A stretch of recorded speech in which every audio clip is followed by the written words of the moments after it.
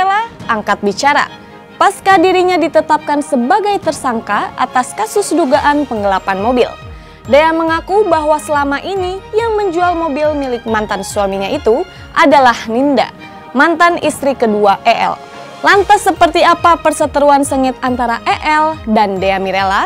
Dan seperti apa pula kesedihan Melody, putri dari EL dan Dea Mirella, saat mengetahui ibunya akan terancam di penjara? Pemirsa, mari kita simak liputannya berikut ini.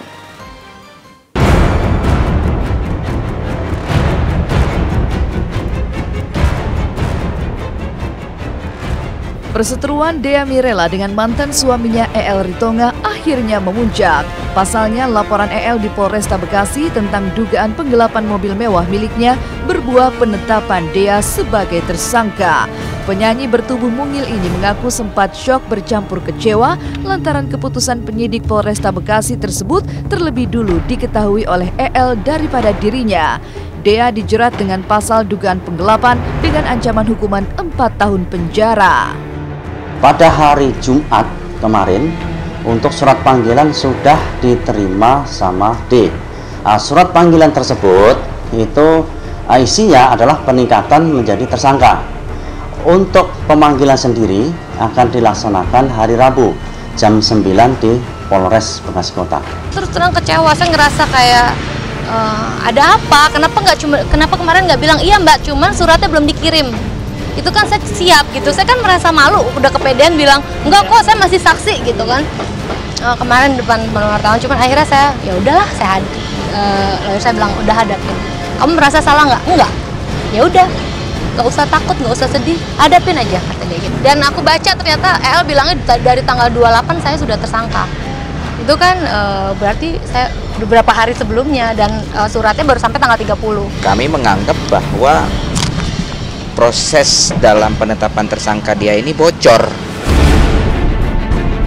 Ini kewajaran, itu hak saya untuk tahu lebih dahulu karena saya pelapor.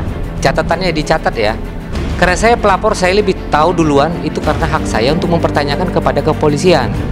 Permasalahan ini sebenarnya bermula ketika Dea meminjam mobil milik EL dengan alasan untuk mengantar jemput putri mereka yang masih duduk di bangku sekolah dasar.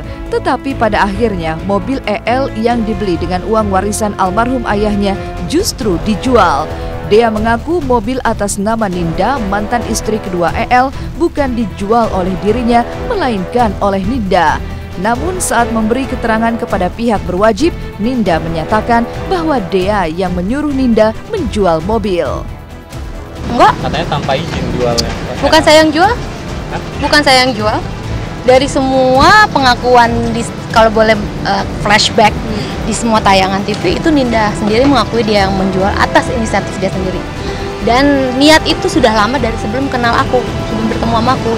Yang jelas dari hasil penjualan dari Ninda karena STNK sama BPKB atas nama Ninda. Untuk itu D minta tolong kepada Ninda untuk dijualkan mobil itu dan uang tersebut sudah ditransfer semua dan dikasih kepada D. Disitulah dalam kasus ini tetap yang kita jadikan tersangka adalah D. Saya percaya Ninda nggak akan ngomong seperti itu. Kalau perlu tanya sendiri ke Ninda. Saya kemarin udah sempet bilang sama Ninda, ada berita kayak gini deh gini. Aku sama Ninda masih baik hubungannya dan saya juga nggak mau nyalahin Ninda bahwa kenapa Ninda ngomong. Saya percaya dia nggak akan ngomongin itu karena saya percaya dia punya niat baik buat Melody, dia sayang sama Melody. Yang seperti itu sih siapa? Yang ngambil simpatik masyarakat itu siapa? Saya selama ini diam kok. Tapi dengan catatan kalau dibilang masalah Melody, karena saya pernah waktu itu terpukul karena dia mengatasnamakan Melody untuk meminjam mobil. Apabila tidak dipinjamkan mobil, saya akan keluarkan Melody dari sekolah. Itukah bentuk kasih sayang seorang ibu? Dan saya ada SMS-nya buktinya, nanti saya tunjukkan.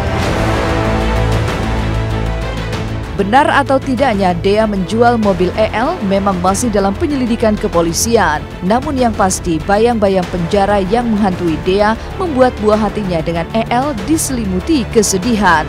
Ia tak mau sang ibunda dijebloskan ke dalam penjara. Melody bahkan mengirim surat berisikan curahan hatinya. Lantas seperti apa tanggapan EL mengetahui permintaan anaknya dalam surat tersebut? Odi percaya sama Mama. Iya, Ma. Menurut Odi Mama salah apa enggak? Enggak. Oke, terima kasih. Buat mama itu hal yang paling penting. Seluruh dunia ngatain mama salah. Oh, dibilang mama nggak salah, itu buat mama paling penting. Terus masalah berapa lama di penjara, udahlah kita hadapin. Odi berdoa aja, mama akan berjuang. Terus dia bilang kalau mama di penjara, Odi mau ikut mama di penjara. Sampai ngomong kayak gitu. Dari awal saya juga sudah mengingatkan, kasihan anak, kasihan Melody. Katanya Dea sayang sama Melody, tapi dengan melawan hukum, apakah itu bukti kasih sayang sama Melody gitu loh. Begitu dia mau berangkat sekolah, pegang tas, "Mah, ini aku titip ya, tolong bacain buat papa." Nih, depannya nih, pesan untuk papa. Ini isi hati Odi ke papa. Kan, dia bilang gitu. Pesan untuk papa, jangan jahatin mama lagi. Jangan bohong lagi. Pesan perasaan sedih karena nggak mau mama masuk penjara. Nih perasaan anak kamu kalau memang kamu merasa sayang sama anak kamu. Kunci saya itu dia tahu. Kalau dibilang atas nama Melody, saya pasti ya udahlah, mau gimana ya? Karena dia tahu rahasia apa kuncinya, dia tahu. Itu makanya dibikin Melody seperti itu. Yang bohong siapa? Kalau mau kita urai, yang bohong itu siapa? Papa jangan bohong, kata Melody di situ. Siapa yang ngajarin? Dan siapa yang bohong? Surat singkat yang ditulis Melody tak bisa menyentuh hati EL untuk mencabut laporannya dan melepaskan Dea dari bayang-bayang penjara. EL yang mengaku selalu kesulitan menemui putrinya justru berniat merebut hak asuh Melody dari Dea. Tetapi Dea justru menuding keinginan EL dilatar belakangi keinginan menguasai rumah yang akan diberikan kepada Melody. Dea juga menuding EL bukan ayah yang baik dan tak pernah memberikan nafkah setelah bercerai.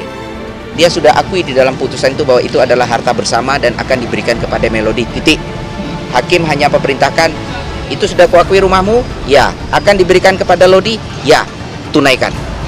Sekarang bertanggung jawab nggak dia terhadap rumah ini? Ditinggalkan dari 2009 sampai berantakan, sampai hancur, sehancur-hancurnya saya perbaikin. Bukan uang kecil saya perbaikin rumah ini.